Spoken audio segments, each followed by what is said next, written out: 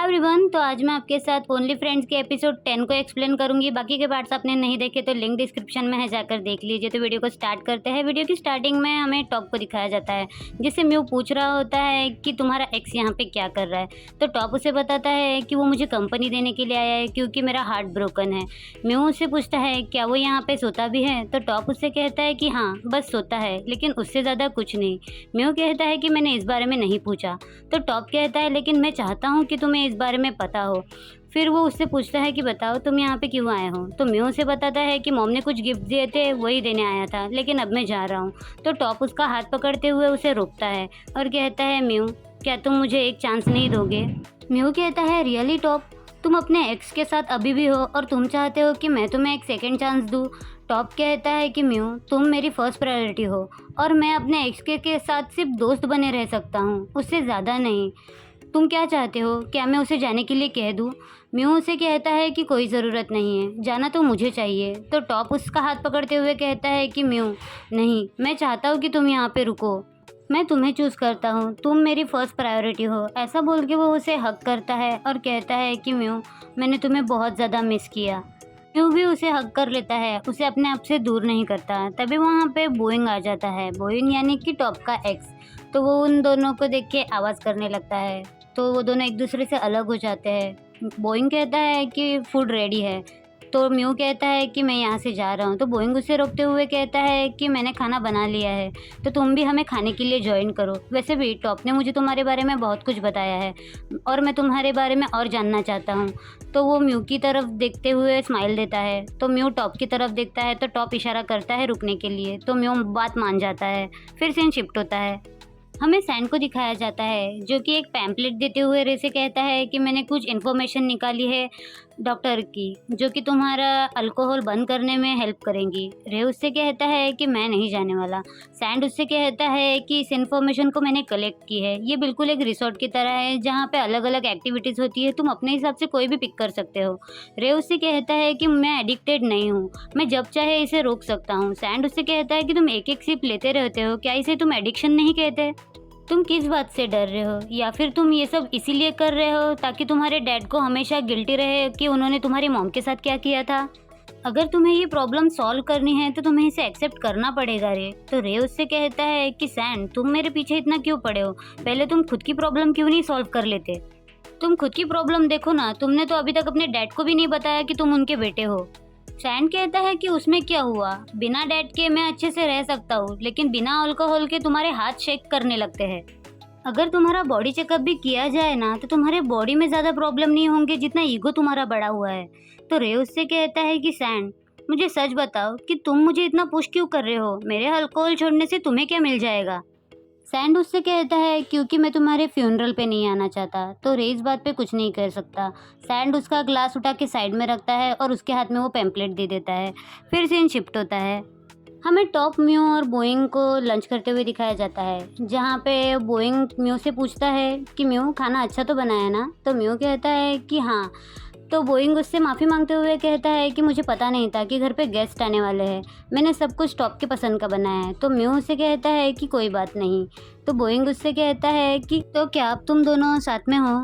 तो इस पर वो दोनों कोई जवाब नहीं देते। तो बोइंग खुद से अज्यूम कर लेता है कि वो दोनों साथ में हैं और वो उन्हें कॉन्ग्रेचुलेशन विश करते हुए म्यूज़ को बताता है कि म्यू, जब भी ये मुझे फ़ोन करके यहाँ पे बुलाता था ना, तो ये बहुत ज़्यादा रोता था और मुझसे कहता था कि मैं क्या करूँ, मैं उससे बहुत ज़्यादा प्यार करता हूँ, सारी गलती मेरी ही है। तो टॉप उससे कहता है कि ऐसा भी नहीं था, कि मैं इतना ज़्यादा बुरा नहीं था। तो बोइंग उससे कहता है कि तुम्हें तो मुझसे कहते थे ना कि तुम मुझसे कितने ज़्यादा प्यार करते हो, और मैं भी सोचता था कि ऐसा कौन सा लड़का है जिसे टॉप इतना ज़्यादा प्यार करता है, लेकिन अब जब मैं तुमसे मिल चुका हूँ तो मैं समझ सकता हूँ कि टॉप तुमसे इतना ज़्यादा प्यार क्यों करता है। तुम हो ही इतने क्यूट, तुम मेरे अपग्रेड वर्जन लग रहे हो। ऐसा बोल के वो उसे खाना पास करता है। टॉप कोई रिएक्शन नहीं देता। म्यू बेचारा नर्वस होने लगता है और बोइंग उसको देख के स्माइल कर रहा होता है। फिर सीन शिफ्ट होता है। हमें निक को दिखाया जाता है, जो कि अपना ऑफिस का कुछ काम कर रहा होता है। तभी वहाँ पे डैन आता है। निक उसे अपना वर्क दिखाते हुए कहता है कि देखो मैंने डिज़ाइन्स बना लिए हैं, तुम्हें ये सिर्फ क्लाइंट को दिखाना चाहिए।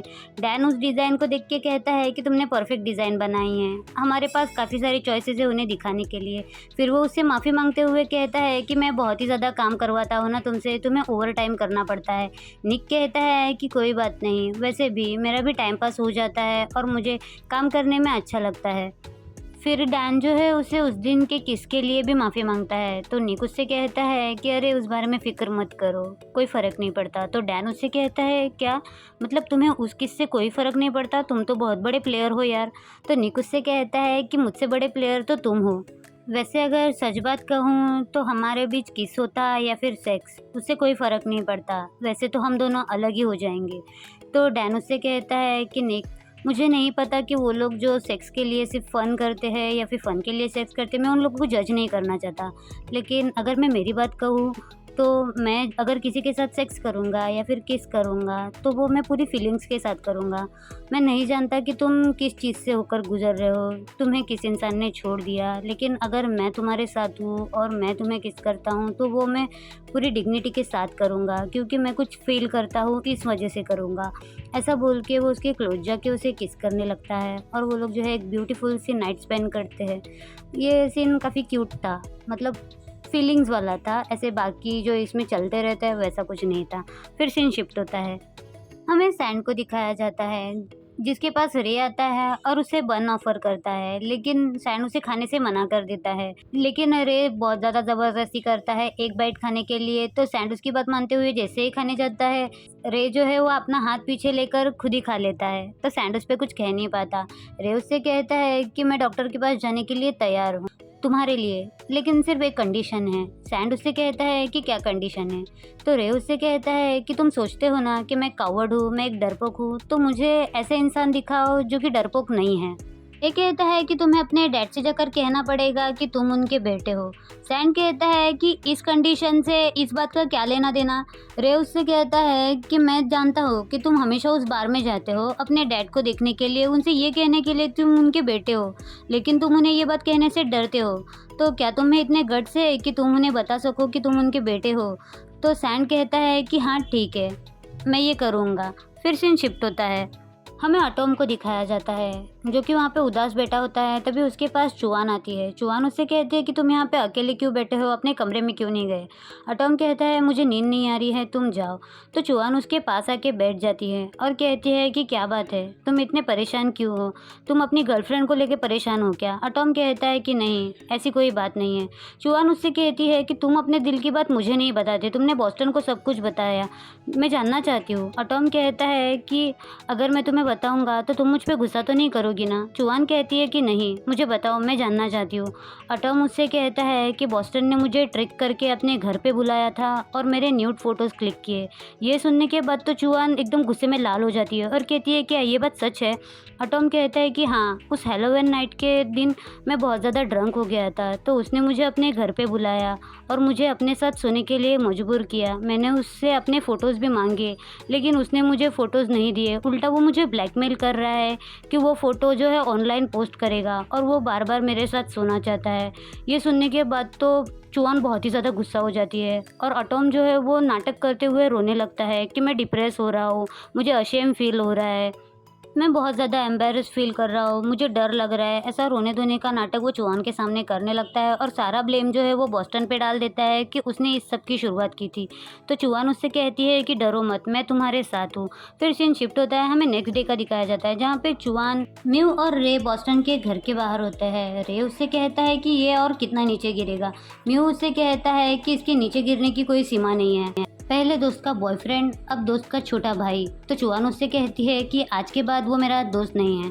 फिर हमें बॉस्टन को दिखाया जाता है जो कि एक लड़के के फ़ोटोज़ क्लिक कर रहा होता है। तभी चुआन उसे गालियाँ देते हुए वहाँ पे आ जाती है। बॉस्टन उन्हें देखते हुए कहता है कि तुम लोग मेरे घर पे क्या कर रहे हो। तो चुआन उससे कहती है कि मैं तुमसे उस बारे में बात करने आई हूँ जो तुमने मेरे भाई के साथ किया है। तो बॉस्टन जो है उस लड़के से कहता है कि तुम थोड़ी देर के लिए अंदर जाओ, मुझे अपने दोस्तों से बात करनी है। तो वो लड़का उसकी बात मानते हुए अंदर चला जाता है। चुआन उससे कहती है कि तुम कितने बड़े बेकार इंसान हो, तुम लड़कों को ट्रिक करके यहाँ पे बुलाते हो और उनके न्यूड फ़ोटोज़ क्लिक करते हो। बॉस्टन उससे कहता है कि तुम क्या बकवास किए जा रहे हो, मैंने ऐसा कुछ नहीं किया, मैं उनके पोर्ट्रेट फ़ोटोज़ खींचता हूँ। तो चुआन उससे कहती है कि तुमने मेरे भाई को भी ट्रिक करके यहाँ पे बुलाया और उसके फ़ोटोज़ क्लिक किए।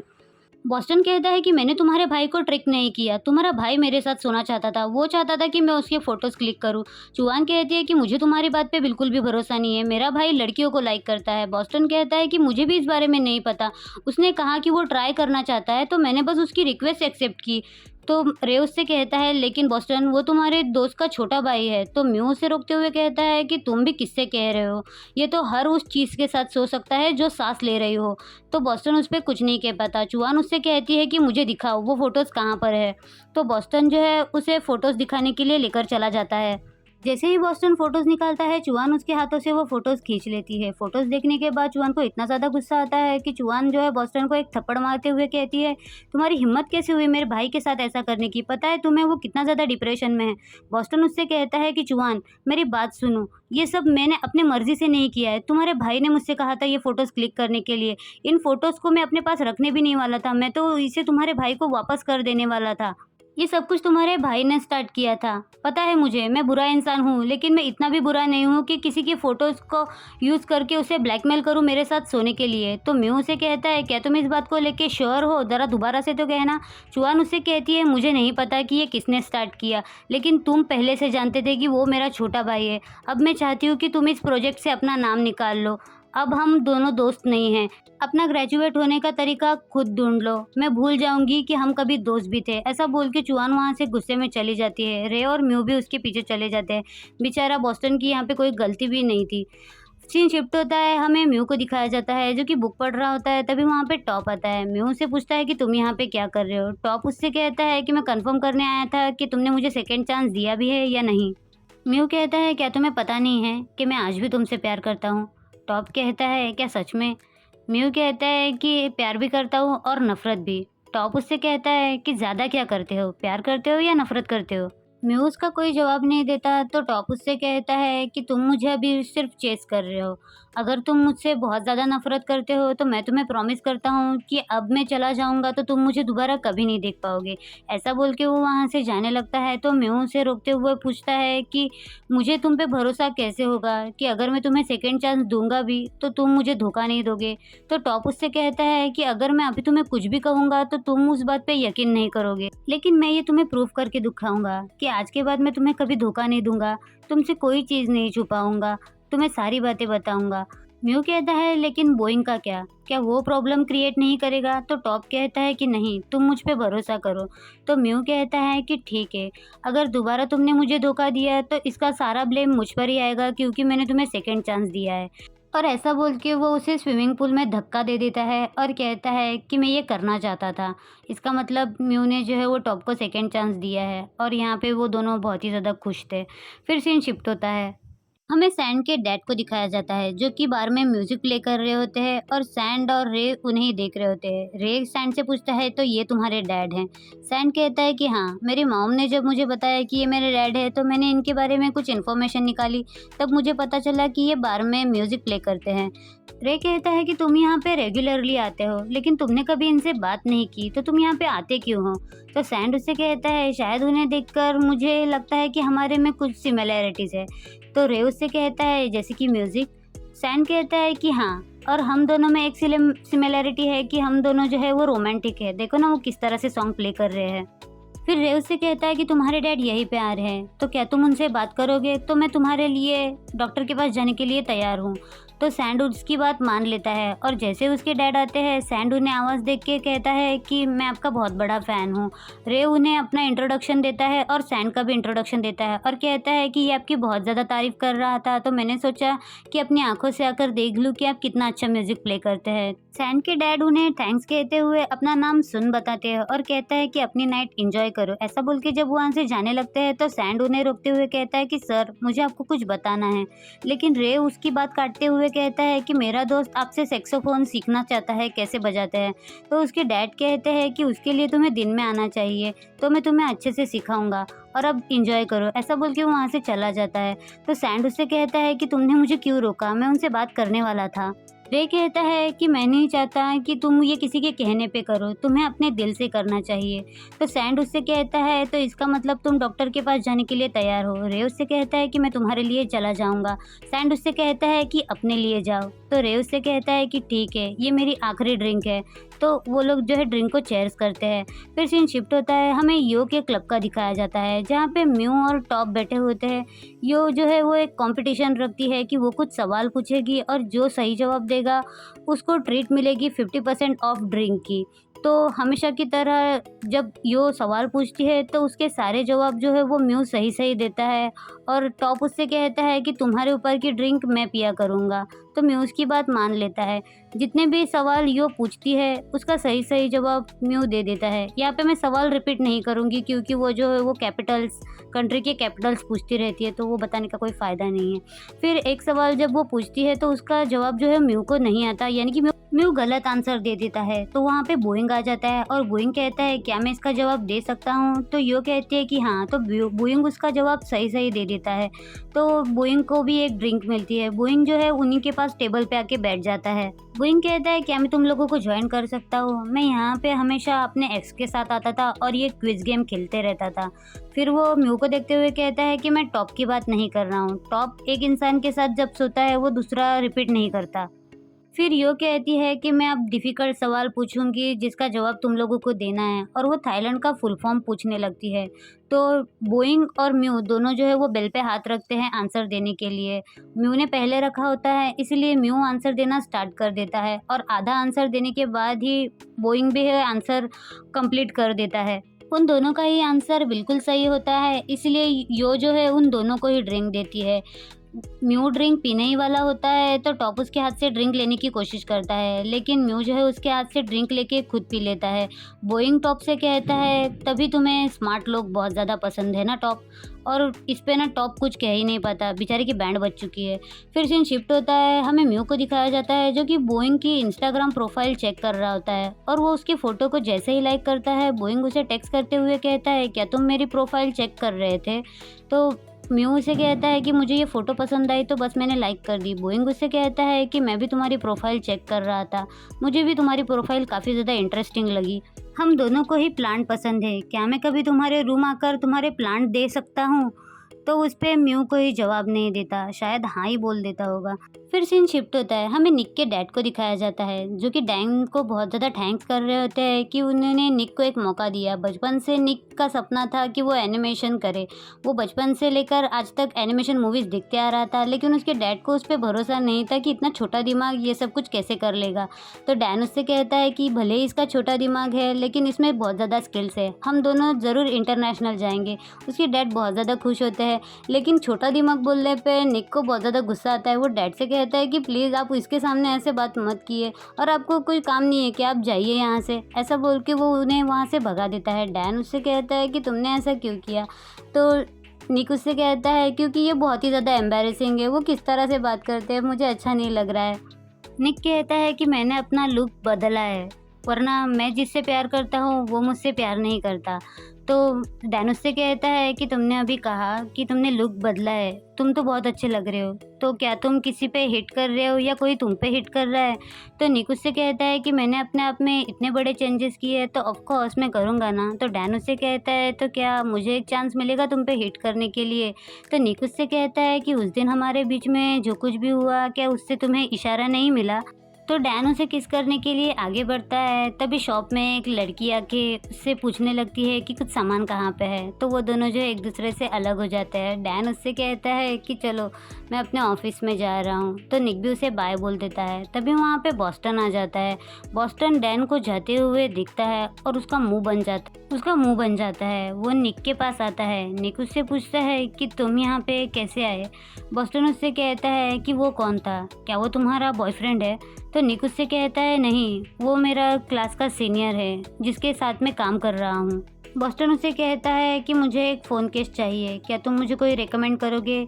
तो निक उससे कहता है कि हाँ उस वाले सेक्शन में है। ऐसा बोल के वो उसे फ़ोन केस दिखाने के लिए लेकर जाता है और उससे पूछता है कि तुम्हें किस तरह का फ़ोन केस चाहिए। तो बॉस्टन उससे कहता है कि तुम्हें क्या लगता है कि कौन सा ज़्यादा सूट करेगा। तो निक जो है उसे एक फ़ोन केस दिखाते हुए कहता है कि ये बहुत ज़्यादा अच्छा है, ये तुम पे सूट करेगा। बॉस्टन कहता है कि ठीक है, मैं इसे ले रहा हूँ और मुझे मेरा स्क्रीन गार्ड भी चेंज करना है। तो निक उससे कहता है कि पहले जैसे लगाया था वैसा ही ना? तो बॉस्टन उससे कहता है कि हाँ, मैं अपनी चीज़ों का ध्यान नहीं रखता। तो निक उससे कहता है कि अपनी चीज़ों का ध्यान रखना सीख लो, कुछ चीज़ें रिप्लेस नहीं की जाती। तो बॉस्टन उससे कहता है कि ठीक है, मैं आगे से ध्यान रखूँगा। फिर निक उससे कहता है कि इसे ठीक होने में थोड़ा-सा टाइम लगेगा, तो तुम क्या वेट करोगे या फिर जा रहे हो? तो बॉस्टन उससे कहता है कि मेरे पास अभी टाइम है, तो मैं वेट करूँगा। तो निक कहता है कि ठीक है, वेट करो, मैं आ रहा हूँ। ऐसा बोल के निक वहाँ से चला जाता है और बॉस्टन इसी बारे में सोचने लगता है। पार्ट 1 मैं यहीं पे ख़त्म करती हूँ गाइस। पार्ट 2 तो बहुत ऑसम है, तो प्लीज़ पार्ट 1 देख के पार्ट 2 को स्किप मत कर देना। Thank you so much for watching. Bye bye.